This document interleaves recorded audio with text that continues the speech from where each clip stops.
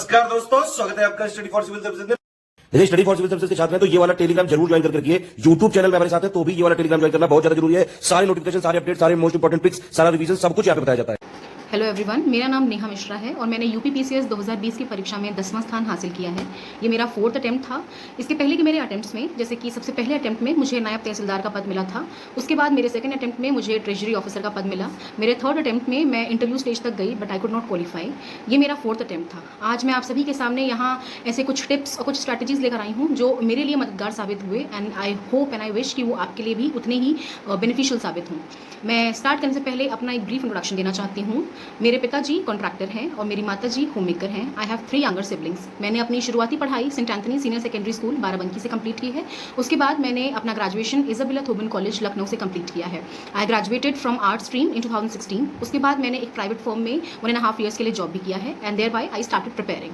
सबसे पहले जब हम बात करते हैं इस एग्जाम की, 100 स्टेजेस हमें क्लियर होते हैं, प्रीलिम्स, मेंस एंड इंटरव्यू। सबसे पहला जो स्टेप होता है वो होता है अपने बेसिक जो हमारा स्टैटिक पोर्शन होता है उसको कंप्लीट करने का। जब हम स्टैटिक पोर्शन कहते हैं तो हम इसमें समझते हैं सबसे पहले पॉलिटी के लिए आप लक्ष्मीकांत को अच्छे से पढ़ें। सेकंड आता है आपका हिस्ट्री, ज्योग्राफी, इकोनॉमिक्स। इन तीनों के लिए इंक्लूडिंग आर्ट एंड कल्चर मैं कहूँगी आपको 9 to 12 की एनसीईआरटीज आप कंप्लीट करें, जिसमें कि आपके आर्ट एंड कल्चर के लिए 11th की फाइन आर्ट्स एंड 12th की एनसीईआरटीज एंड आपका मॉडर्न हिस्ट्री के लिए 9 to 12 की एनसीईआरटीज आपका फाउंडेशन सेट कर देती हैं। देयर बाय आप हिस्ट्री के लिए स्पेक्ट्रम या बिपिन चंद्रा दोनों फॉलो कर सकते हैं। मेरे लिए पर्सनली स्पेक्ट्रम का इंपॉर्टेंट साबित हुई। देन हम बात करते हैं एनवायरनमेंट की। तो एनवायरनमेंट में हम शंकर आईएएस से अपना कोर्स लगभग कंप्लीट कर सकते हैं और आपको बहुत ज़्यादा मल्टीपल सोर्सेज पे भागने की जरूरत नहीं है। इकोनॉमिक्स की हम बात करें तो इकोनॉमिक्स के लिए अगेन आप पहले तो अपना एनसीईआरटीज कंप्लीट करें और फिर आप उसे सप्लीमेंट कर सकते हैं रमेश सिंह के साथ। साइंस एंड टेक्नोलॉजी की बात करें तो साइंस एंड टेक में मोर और लेस आपका वो करंट हैपनिंग से ही क्वेश्चन फ्रेम करते हैं। और इसके बियॉन्ड मैं आपसे कहूँगी कि ल्यूसेंट की जो बुक है उसको आप बहुत ज़्यादा ना पढ़ें, बट उसमें कट शॉर्ट करके कॉस्ट बेनिफिट रेशियो देख के उसके जो इंपॉर्टेंट साइंस के 1 लाइनर्स हैं उन्हें पढ़ लें। और 12th की जो आपकी बायोलॉजी है, एनसीईआरटी की जो बायोलॉजी है, उसके कुछ इंपॉर्टेंट चैप्टर्स आप देख लें। देन हम बात करते हैं ओवरऑल अपने करंट अफेयर्स के मॉड्यूल की। तो करंट अफेयर्स के लिए आप स्टडी फॉर सिविल सर्विसेज के जो मंथली मॉड्यूल्स आते हैं आप उन्हें देख सकते हैं। आप किसी भी reputed and reliable coaching institute के मंथली पीडीएफ देख सकते हैं, विजन आईएएस, इनसाइट्स या जो भी आपको सही लगे। इनफैक्ट घटना चक्र भी इसमें बहुत अच्छा काम कर रहा है। फिर हम बात करते हैं मेंस की। मेंस के लिए हमारे दिमाग में एक बहुत ही गलत कंसेप्शन होता है कि हमें प्रीलिम्स के बाद मेंस की तैयारी शुरू करनी है। ऐसा नहीं होता है, बिकॉज हम एक होलिस्टिक तैयारी करते हैं। बिकॉज टेक्निकली देखें तो प्रीलिम्स के बाद हमारे पास इतना सफिशिएंट टाइम नहीं होता है कि हम 8 पेपर्स प्रिपेयर कर सकें। तो सबसे पहले हम बात करेंगे हिंदी के पेपर की। हिंदी के पेपर के लिए आई रिमेंबर मुझे जितना अपने जीएस एंड ऑप्शनल्स के लिए फियर नहीं था, उससे ज़्यादा मैं फियरफुल थी अपने हिंदी के एग्जाम को लेके।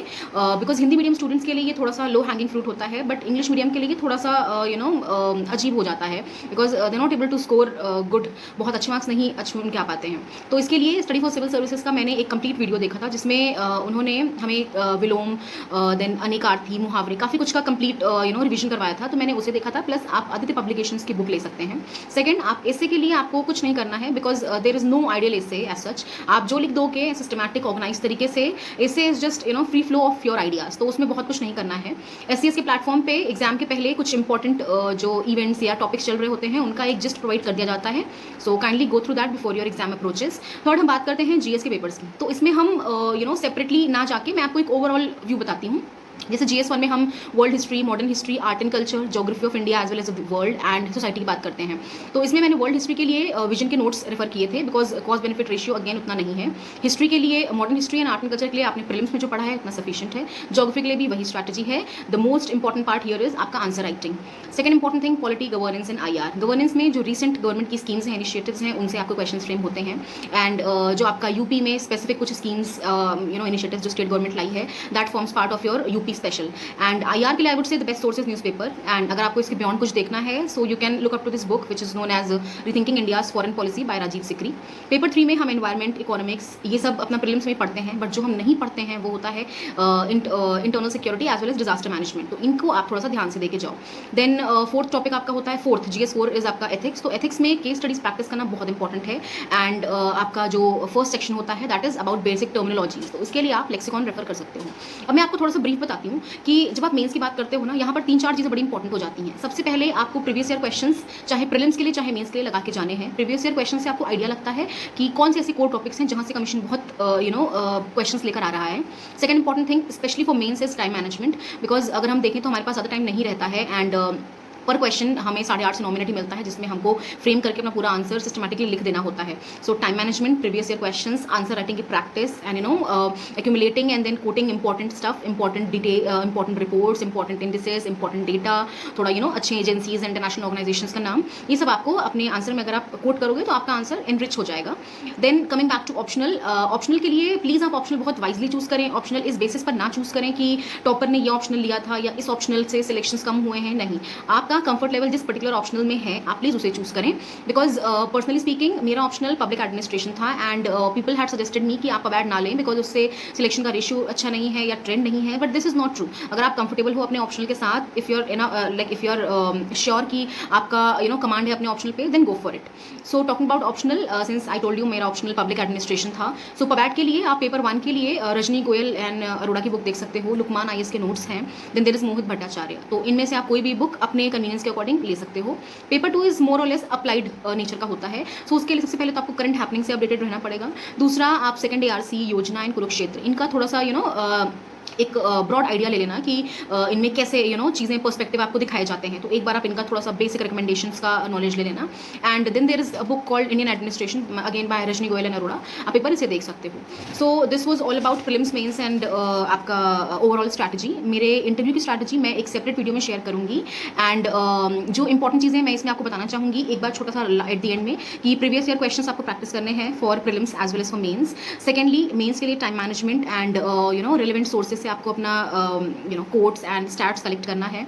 देन प्रीलिम्स के लिए एक मुझे काफ़ी बच्चों ने क्वेश्चन किया कि what is the ample number of questions that we need to attempt.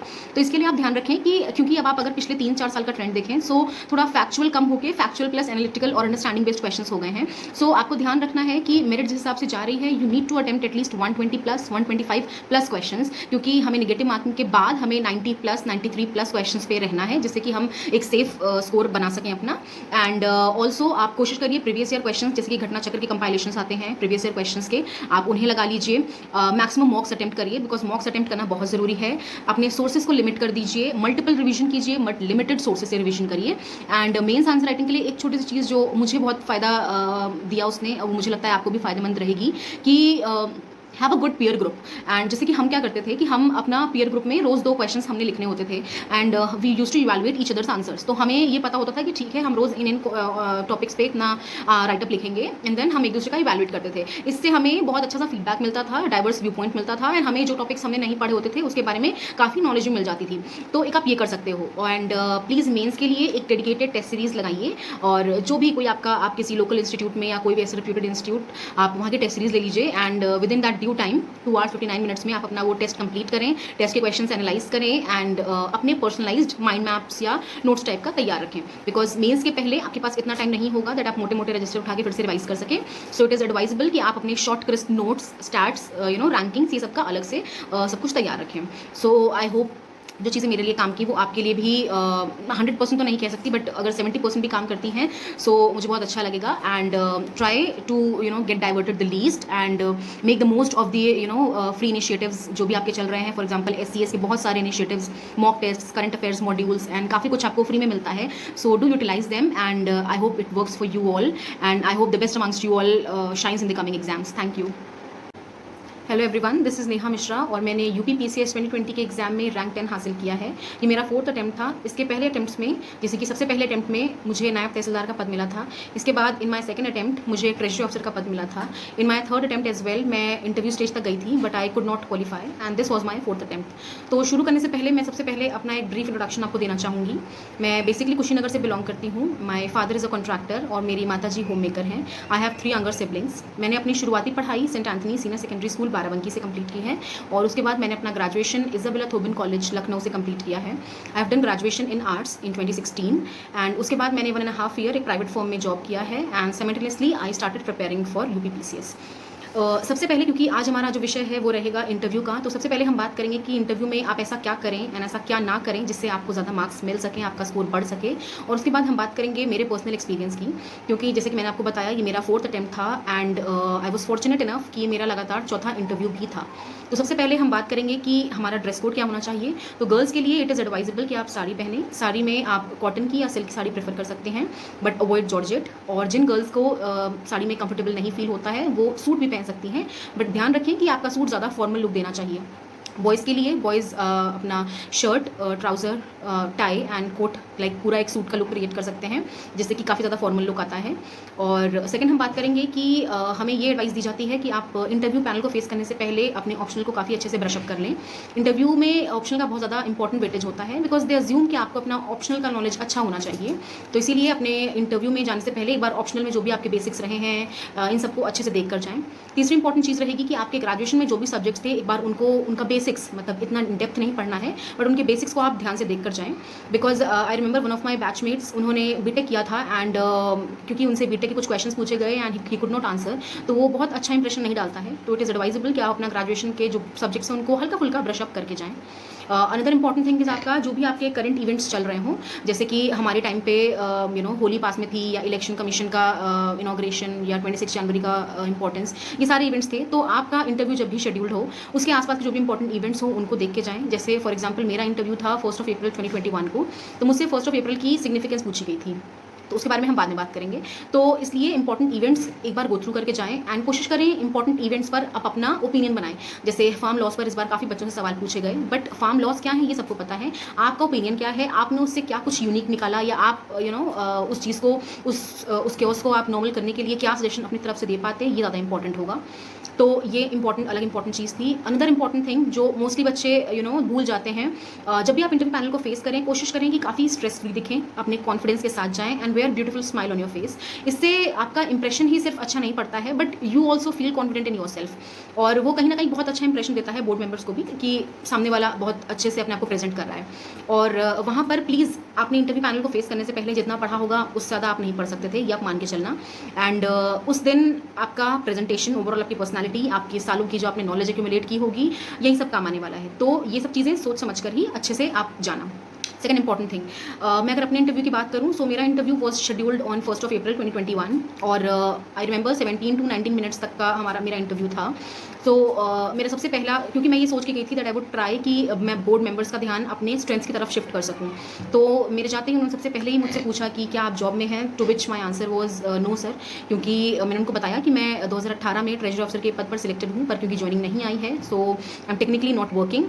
उसके बाद उन्होंने कहा कि जब टीओ में आपका सिलेक्शन हो चुका है और टीओ स्टेट एग्जीक्यूटिव की one of the finest jobs है, तो उसको छोड़ के आप एसडीएम क्यों बनना चाहती हैं, जिसके लिए आप अपने डिफरेंट पर्सपेक्टिव से डिफरेंट आंसर्स क्रिएट कर सकते हो। क्योंकि मुझे उस समय रैंडमली उनको बताना था, तो मैंने उनको बताया कि सर जब भी कोई हम स्टेट सिविल सर्विसेज की प्रिपरेशन शुरू करते हैं, तो कोई ना कोई पद का हम सपना लेके शुरू करते हैं। मेरे केस में और मोस्ट ऑफ द बच्चों के केस में वो पद एसडीएम का होता है, क्योंकि उसमें जो सर्विसेज हैं, उसमें जिस तरीके का डाइवर्सिफाइड और डायनेमिक नेचर है काम का, वो ऐसा है जिसके थ्रू मैं चाहूँगी कि जिसके थ्रू मैं अपनी सर्विसेज इस देश को दे पाऊँ।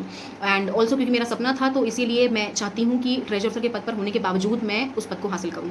इसके बाद उन्होंने मुझसे दूसरा सवाल पूछा कि टीओ के पोस्ट पर होने के अगर आप होती तो आप ऐसा क्या कर पाती जो थोड़ा सा डिफरेंस ला पाता हमारे समाज में। तो मैंने बताया जैसे बच्चों की स्कॉलरशिप्स होती हैं, ओल्ड एज पेंशन होती हैं, विडोज़ को पेंशन मिलता है, डिसेबल्ड को, तो ये सारे इंपॉर्टेंट काम जो कि बहुत इंपॉर्टेंस हमारे समाज के लिए, ये ट्रेजरी ऑफिस से ही निकलते हैं। एंड ऑल्सो क्योंकि अभी इलेक्शन का टाइम चल रहा है, तो उसमें ट्रेजरी ऑफिस का रोल और भी इंपॉर्टेंट हो जाता है। इसके बाद उन्होंने मुझसे काफ़ी सवाल कॉन्स्टिट्यूशन से किए, प्रीएम्बल से, बेसिक टर्मिनोलॉजी से किए, और क्योंकि मैं कोशिश कर रही थी कि उनका ध्यान मेरे ऑप्शनल की तरफ ज़्यादा जाए, तो फॉर्चुनेटली ऐसा ही हुआ और काफ़ी सवाल उन्होंने मेरे ऑप्शनल से पूछे, जैसे इंडियन मैकेवली किसे कहते हैं, और मेरे एक फेवरेट फॉरेन थिंकर का नाम बताएं, जिसमें मैंने बताया काफ़ी कुछ। फिर उन्होंने मुझसे पूछा कि इंडियन एडमिनिस्ट्रेशन की क्या दिक्कतें हैं और ऐसी क्या क्या चीज़ें हैं जो आपको लगता है कि आपके आने के बाद सुधर सकती हैं, तो देन अगेन आप अपने अकॉर्डिंग डिफरेंट आंसर्स क्रिएट कर सकते हो।